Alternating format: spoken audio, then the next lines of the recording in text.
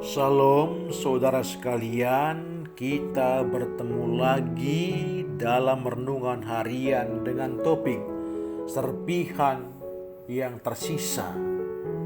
Untuk itu kita berdoa.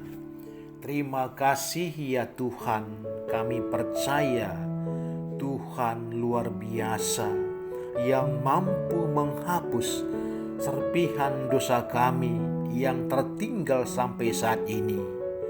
Melalui Kristus kami berdoa, haleluya, amin. Saudara sekalian, kita masih ingat jatuhnya pesawat Lion Air di perairan Tanjung Karawang tanggal 29 Oktober 2018 yang tentunya menyisakan serpihan kecil yang tak mungkin dibersihkan oleh tim Basarnas. Dan serpihan itu berserak kemana-mana mengingat derasnya air laut. Tentu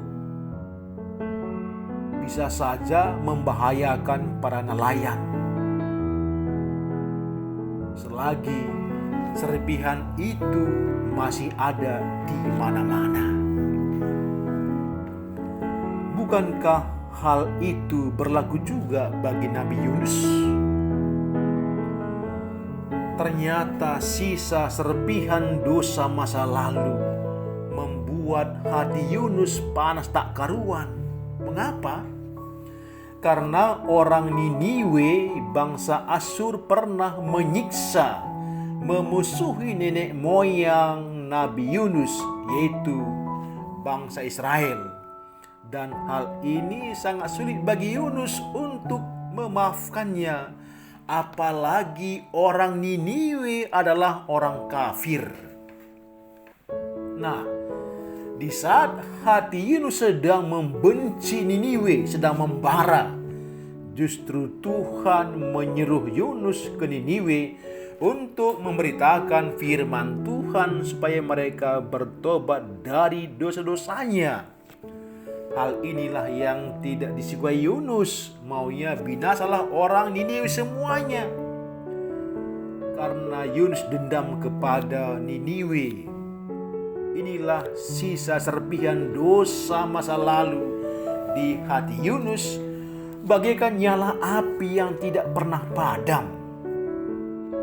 Wah, pendendam juga Yunus ya. Padahal itu kan sudah lama terjadi. Lagi pula itu kan masalah opungnya. Masa ikut cucunya kena getahnya. Namun itulah namanya hidup. Tentu hal ini menjadi ganjalan besar bagi Yunus untuk melaksanakan perintah Tuhan agar orang Niniwe selamat. Sebagai seorang nabi Tuhan, perintah Tuhan harus dilaksanakan meskipun menghadapi resiko maut. Tapi mengingat perbuatan orang Niniwe masa lalu yang masih menyisakan serpihan di hati Yunus, dia berniat tidak mau melakukannya. Bagi Yunus, lebih baik orang Niniwe semuanya binasa, itu baru adil. Begitulah perasaan Yunus secara kedagingan manusia. Di dalam Yunus pasal 1 ayat 1 sampai dengan 17. Di situ diceritakan betapa pahitnya serpihan hati Yunus yang membuatnya menolak panggilan Tuhan untuk berangkat ke Niniwe.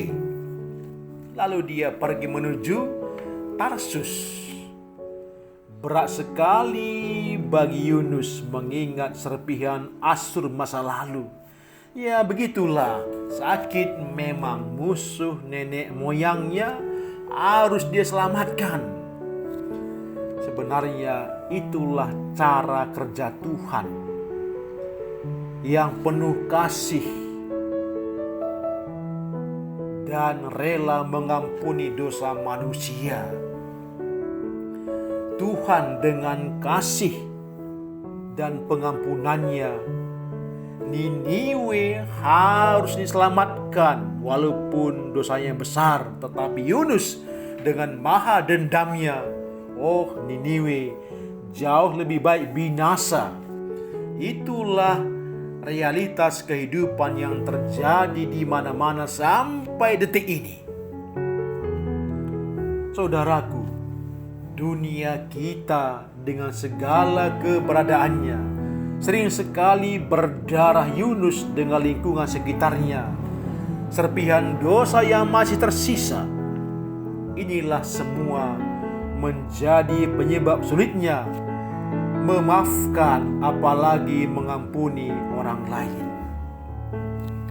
Seperti serpihan masa lalu yang masih utuh sampai hari ini. Seperti itulah dulu pengalaman Yunus yang begitu pahit. Baru setiap hari sepertinya lebih mudah menghancurkan besi yang keras ketimbang serpihan yang masih tersisa. Apakah masih ada serpihan dosa yang tersisa di dalam hidup kita? Serpihan yang sudah bergenerasi dan setiap generasi diupdate lagi. Ternyata lebih mudah mengupdate daripada menghapusnya. Bagaikan sebuah data, sayang jika terhapus. Yunus sudah mengalaminya dan akhirnya orang Niniwe selamat juga. Dan ingat, misi Tuhan tidak pernah gagal. Hanya kacamata Yunus kabur melihat rencana Tuhan yang begitu indah di dalam hidupnya dan hidup orang Niniwe. Rencana Tuhan sangat indah di dalam hidup kita. Yesus sudah mengampuni kita. Jalan Yunus yang keliru di dalam hidup kita sudah diluruskan oleh Yesus di kayu salib di Golgota, supaya kita mampu memberikan kasih sayang kepada Niniwe yang baru. Karena itulah yang Tuhan kehendaki. Tembok pemisah akibat serpihan dosa di masa lalu ini sudah dirobohkan oleh Yesus selama 3 hari di perut bumi dan bangkit membawa kemenangan bagi kita sekalian.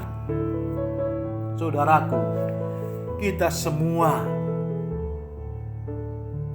adalah orang-orang yang pernah memakai kacamata yang keliru. Namun dengan iman kepada Yesus, kacamata kita diperbaharui dan memampukan kita untuk melihat serpihan kepahitan yang ada di dalam hidup kita, dan kita bergegas segera untuk membuangnya supaya kita tidak berjalan di tempat.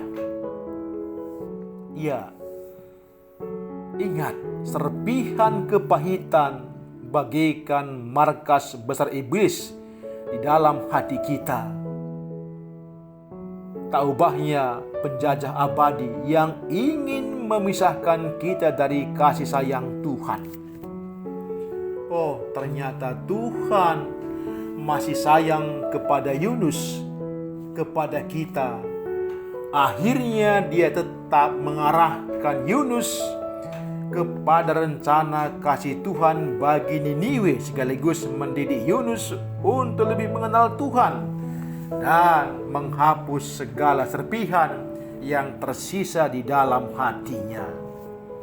Saudaraku, ingatlah, hanya Yesus yang mampu menghapus serpihan dosa yang tersisa di hati kita masing-masing, untuk melapangkan hati kita menuju Niniwe baru yang sudah menantikan kehadiran kita, dan Tuhan sudah siapkan perahunya untuk membawa kita ke sana.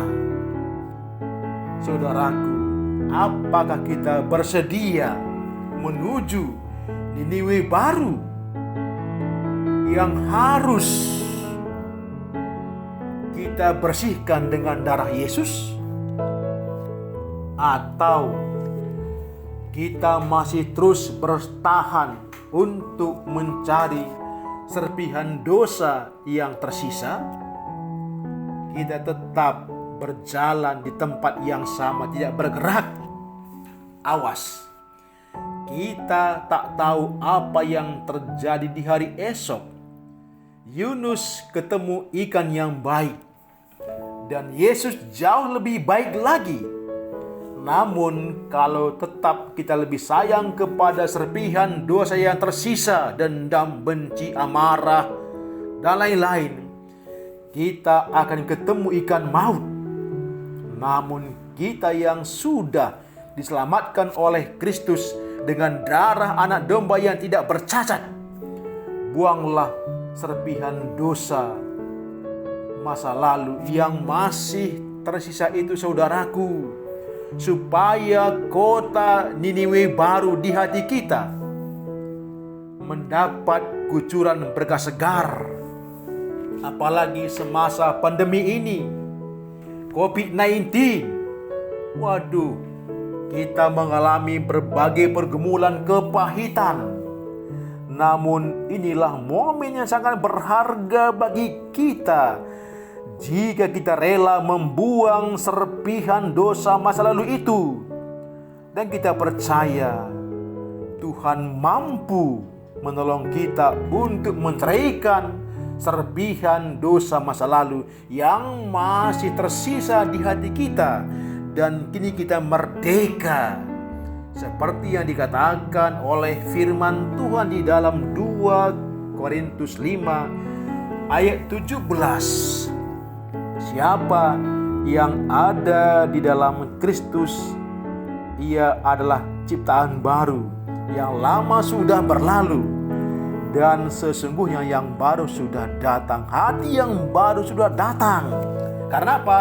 Karena serpihan dosa yang tersebar di mana-mana kini sudah dilumpuhkan oleh kuasa Yesus.